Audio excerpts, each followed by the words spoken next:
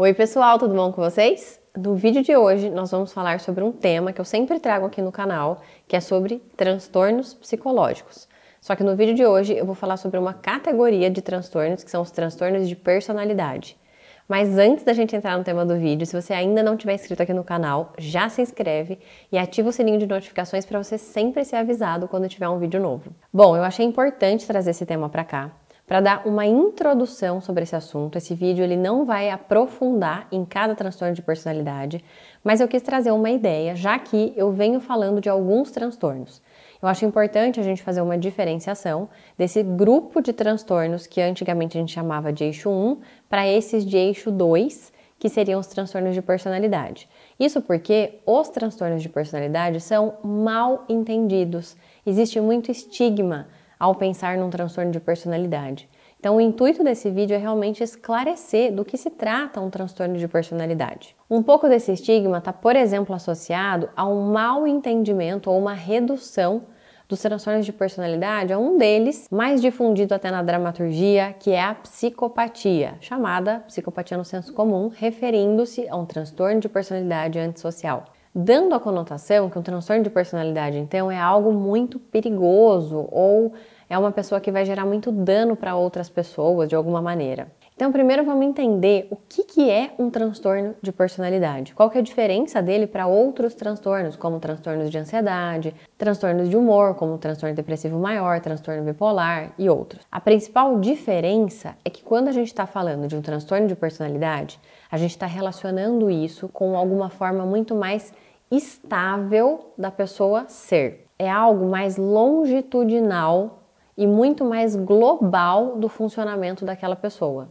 Basicamente, a gente entende que é um padrão persistente da experiência interna e de comportamento daquela pessoa, que, e aí vem essa parte muito importante, desvia consideravelmente do que é esperado culturalmente. E esse padrão ele se manifestaria em pelo menos duas áreas, duas ou mais, que são na cognição, que é realmente a forma como a pessoa se enxerga ou enxerga o mundo, os outros, na afetividade, que tem a ver com a variedade, com a intensidade e com a adequação da resposta emocional que a pessoa dá, com o funcionamento interpessoal e com o controle de impulsos. Então, retomando, seria um padrão persistente de experiência interna e de comportamento que é alterado e desvia significativamente da cultura, pensando em alguma dessas quatro áreas que eu falei, pelo menos duas delas.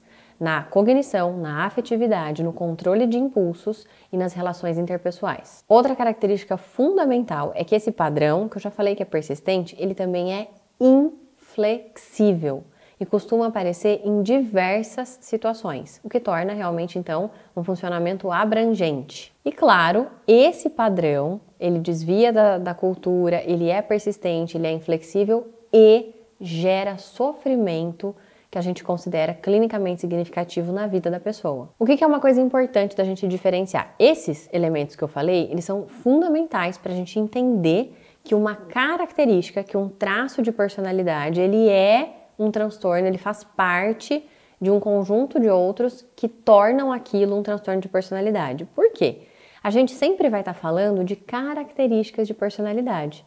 Então, é realmente a intensidade, a inflexibilidade, é aquele padrão que torna aquilo disfuncional, não a característica em si. Uma característica, por exemplo, é o perfeccionismo, né? Então, você pode ter um traço de personalidade que tem uma tendência a ser perfeccionista. Isso necessariamente vai te caracterizar dentro de um transtorno que chama transtorno de personalidade obsessivo-compulsivo, que tem um padrão máximo de rigidez e perfeccionismo? Não necessariamente. O que vai dizer isso é realmente a extensão, a intensidade, a inflexibilidade e se aquilo traz um prejuízo e um sofrimento na vida da pessoa. Atualmente, pelo DSM, que é o Manual de Classificação de Transtornos Mentais, a gente tem 10 tipos de transtornos de personalidade. Eu vou só citar quais eles são para a gente sair daquela ideia que eu falei no início de que existe só a psicopatia ou o transtorno de personalidade antissocial. Então nós temos o transtorno de personalidade paranoide, que se caracteriza por um padrão de desconfiança e suspeita extremos em relação a outras pessoas. Transtorno de personalidade esquizoide,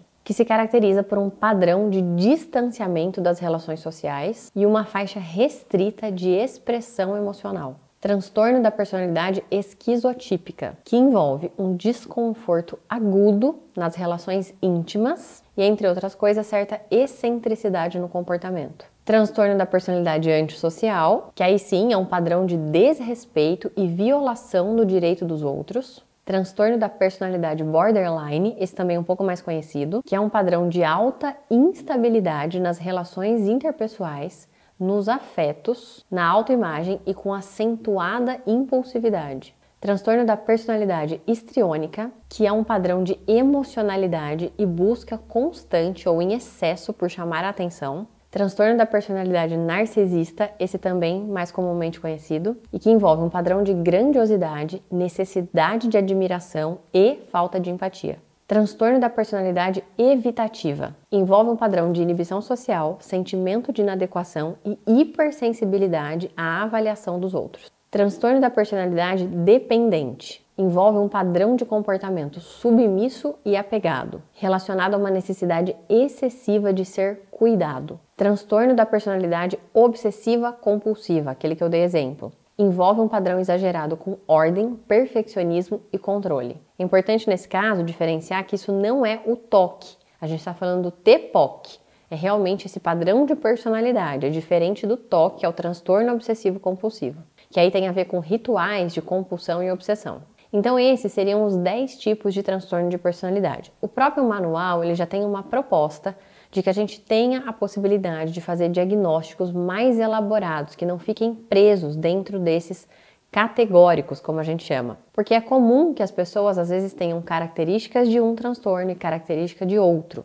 Então, existe a possibilidade de um diagnóstico mais abrangente, mas para o entendimento simples, a gente já consegue ter uma ideia das características principais de personalidade que, quando muito acentuadas, podem gerar prejuízos significativos para o funcionamento global de uma pessoa. Outra característica importante dos transtornos de personalidade é que eles têm início durante a adolescência ou no final da adolescência e se manifestam mesmo no começo da fase adulta. Existem vários fatores que podem contribuir para o desenvolvimento de um transtorno de personalidade. Assim como a gente fala dos transtornos no geral, sempre é alguma coisa multifatorial que vai determinar o surgimento de um transtorno. O que diferencia os transtornos de personalidade é realmente a característica mais rígida, mais persistente dessas características. É por isso que a gente chama de personalidade, porque são características dos traços de personalidade que realmente comprometem o funcionamento da pessoa. Muitas vezes pode estar associado à história de desenvolvimento, somado a uma predisposição de temperamento e outros fatores. É importante a gente ter em mente que é fundamental que a pessoa busque tratamento. Isso porque apenas alguns, como o transtorno de personalidade borderline, vão ter alguma remissão de características ao longo da vida, mais para a fase idosa, inclusive. Só que até lá, eles geram também muito prejuízo funcional. Sendo que outros, como o transtorno de personalidade obsessivo-compulsiva, não tendem a ter melhora espontânea ao longo da vida. O tratamento ele costuma ser de longo prazo, justamente por se tratarem de características mais crônicas. E a psicoterapia vai ser o tratamento principal. Ainda que em alguns casos a medicação seja associada para controle de impulsos ou de alguns sintomas secundários, o fator principal é realmente uma forma de mudança cognitiva, de regulação das emoções e de alguns comportamentos. Então a psicoterapia vai ser o tratamento principal. Bom, o intuito desse vídeo foi realmente trazer mais conhecimento sobre esses temas em saúde mental. É aquilo que eu sempre digo por aqui. Quanto mais a gente entender, menos estigma e cada vez mais as pessoas vão conseguir procurar ajuda. Um transtorno como esse, ele tem um impacto diretamente na qualidade de vida e das relações da pessoa.